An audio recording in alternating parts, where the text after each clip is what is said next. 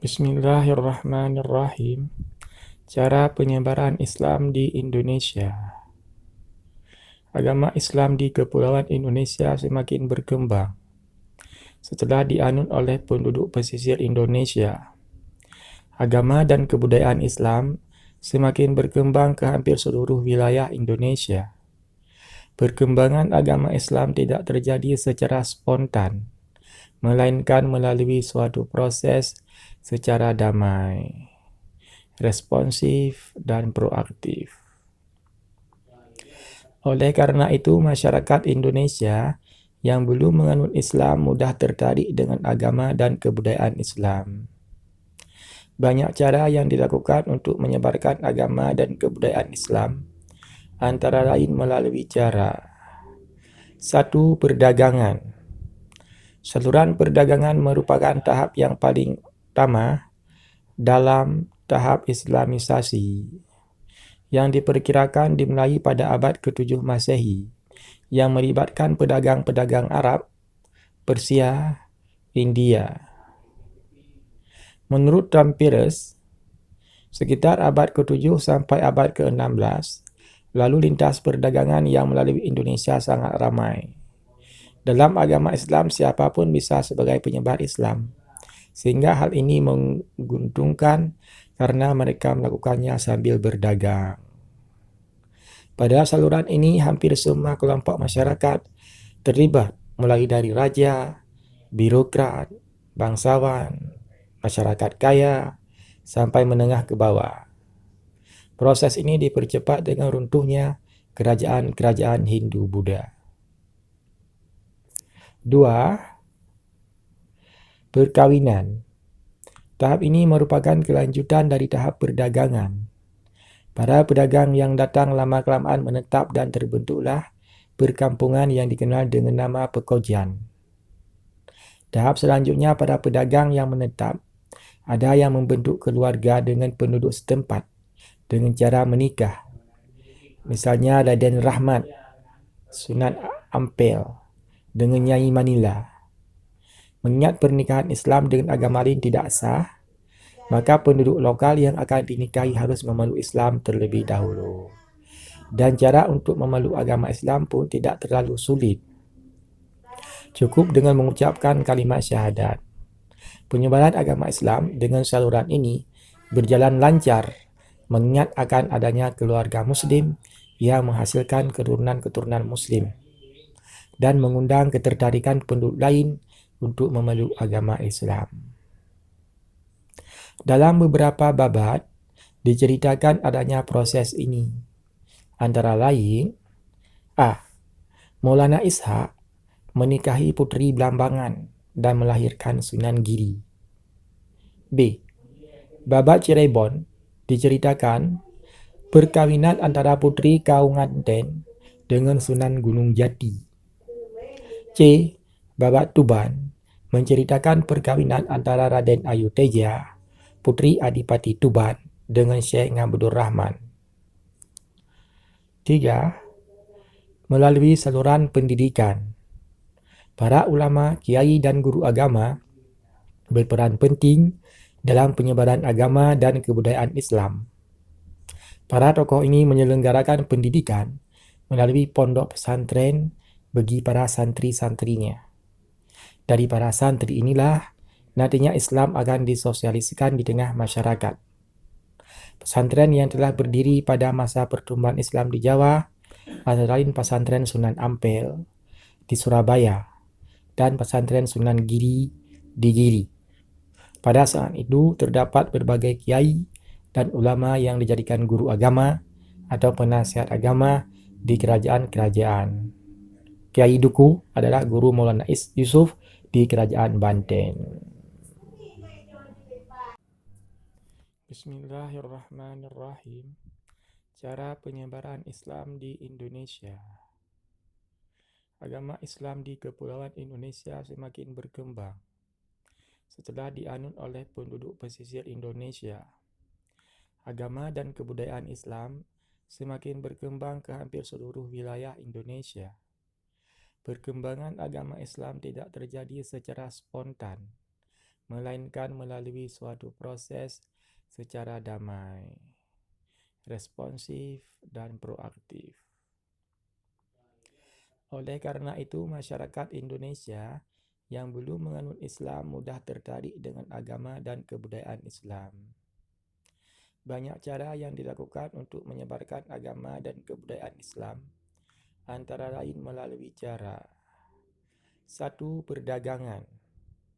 Saluran perdagangan merupakan tahap yang paling utama dalam tahap Islamisasi yang diperkirakan dimulai pada abad ke-7 Masehi yang melibatkan pedagang-pedagang Arab, Persia, India. Menurut Tampires, sekitar abad ke-7 sampai abad ke-16, lalu lintas perdagangan yang melalui Indonesia sangat ramai. Dalam agama Islam, siapapun bisa sebagai penyebar Islam, sehingga hal ini menguntungkan karena mereka melakukannya sambil berdagang. Pada saluran ini, hampir semua kelompok masyarakat terlibat, mulai dari raja, birokrat, bangsawan, masyarakat kaya, sampai menengah ke bawah. Proses ini dipercepat dengan runtuhnya kerajaan-kerajaan Hindu-Buddha. 2. Perkawinan. Tahap ini merupakan kelanjutan dari tahap perdagangan. Para pedagang yang datang lama-kelamaan menetap dan terbentuklah perkampungan yang dikenal dengan nama pekojan. Tahap selanjutnya, para pedagang yang menetap, ada yang membentuk keluarga dengan penduduk setempat dengan cara menikah.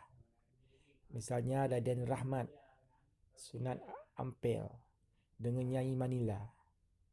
Mengingat pernikahan Islam dengan agama lain tidak sah, maka penduduk lokal yang akan dinikahi harus memeluk Islam terlebih dahulu. Dan cara untuk memeluk agama Islam pun tidak terlalu sulit. Cukup dengan mengucapkan kalimat syahadat. Penyebaran agama Islam dengan saluran ini berjalan lancar, mengingat akan adanya keluarga Muslim yang menghasilkan keturunan-keturunan Muslim dan mengundang ketertarikan penduduk lain untuk memeluk agama Islam. Dalam beberapa babat diceritakan adanya proses ini.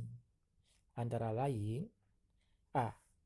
Maulana Ishaq menikahi putri Blambangan dan melahirkan Sunan Giri. B. Babat Cirebon diceritakan perkawinan antara putri Kaunganten dengan Sunan Gunung Jati. C. Babat Tuban menceritakan perkawinan antara Raden Ayu Teja, putri Adipati Tuban, dengan Syekh Ngabdur Rahman.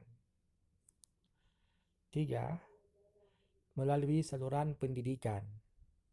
Para ulama, kiai dan guru agama berperan penting dalam penyebaran agama dan kebudayaan Islam. Para tokoh ini menyelenggarakan pendidikan melalui pondok pesantren bagi para santri-santrinya. Dari para santri inilah nantinya Islam akan disosialisasikan di tengah masyarakat. Pesantren yang telah berdiri pada masa pertumbuhan Islam di Jawa antara lain pesantren Sunan Ampel di Surabaya dan pesantren Sunan Giri di Giri. Pada saat itu terdapat berbagai kiai dan ulama yang dijadikan guru agama atau penasihat agama di kerajaan-kerajaan. Kiai Duku adalah guru Maulana Yusuf di kerajaan Banten.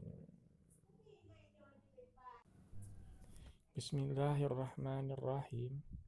Cara penyebaran Islam di Indonesia. Agama Islam di Kepulauan Indonesia semakin berkembang setelah dianut oleh penduduk pesisir Indonesia. Agama dan kebudayaan Islam semakin berkembang ke hampir seluruh wilayah Indonesia. Perkembangan agama Islam tidak terjadi secara spontan, melainkan melalui suatu proses secara damai, responsif, dan proaktif. Oleh karena itu, masyarakat Indonesia yang belum menganut Islam mudah tertarik dengan agama dan kebudayaan Islam. Banyak cara yang dilakukan untuk menyebarkan agama dan kebudayaan Islam, antara lain melalui cara 1. Perdagangan. Saluran perdagangan merupakan tahap yang paling utama dalam tahap Islamisasi yang diperkirakan dimulai pada abad ke-7 Masehi yang melibatkan pedagang-pedagang Arab, Persia, India. Menurut Tampires, sekitar abad ke-7 sampai abad ke-16, lalu lintas perdagangan yang melalui Indonesia sangat ramai. Dalam agama Islam, siapapun bisa sebagai penyebar Islam, sehingga hal ini menguntungkan karena mereka melakukannya sambil berdagang. Pada saluran ini, hampir semua kelompok masyarakat terlibat, mulai dari raja, birokrat, bangsawan, masyarakat kaya, sampai menengah ke bawah. Proses ini dipercepat dengan runtuhnya kerajaan-kerajaan Hindu-Buddha. 2. Perkawinan. Tahap ini merupakan kelanjutan dari tahap perdagangan. Para pedagang yang datang lama-kelamaan menetap dan terbentuklah perkampungan yang dikenal dengan nama pekojan. Tahap selanjutnya, para pedagang yang menetap, ada yang membentuk keluarga dengan penduduk setempat dengan cara menikah. Misalnya Raden Rahmat, Sunan Ampel dengan Nyai Manila. Mengingat pernikahan Islam dengan agama lain tidak sah, maka penduduk lokal yang akan dinikahi harus memeluk Islam terlebih dahulu. Dan cara untuk memeluk agama Islam pun tidak terlalu sulit. Cukup dengan mengucapkan kalimat syahadat. Penyebaran agama Islam dengan saluran ini berjalan lancar, mengingat akan adanya keluarga Muslim yang menghasilkan keturunan-keturunan Muslim dan mengundang ketertarikan penduduk lain untuk memeluk agama Islam. Dalam beberapa babat diceritakan adanya proses ini. Antara lain, A. Maulana Ishaq menikahi putri Blambangan dan melahirkan Sunan Giri. B. Babat Cirebon diceritakan perkawinan antara putri Kaunganten dengan Sunan Gunung Jati. C. Babat Tuban menceritakan perkawinan antara Raden Ayu Teja, putri Adipati Tuban, dengan Syekh Ngabdur Rahman. 3. Melalui saluran pendidikan. Para ulama, kiai dan guru agama berperan penting dalam penyebaran agama dan kebudayaan Islam. Para tokoh ini menyelenggarakan pendidikan melalui pondok pesantren bagi para santri-santrinya. Dari para santri inilah nantinya Islam akan disosialisasikan di tengah masyarakat. Pesantren yang telah berdiri pada masa pertumbuhan Islam di Jawa antara lain pesantren Sunan Ampel di Surabaya dan pesantren Sunan Giri di Giri. Pada saat itu terdapat berbagai kiai dan ulama yang dijadikan guru agama atau penasihat agama di kerajaan-kerajaan. Kiai Duku adalah guru Maulana Yusuf di kerajaan Banten.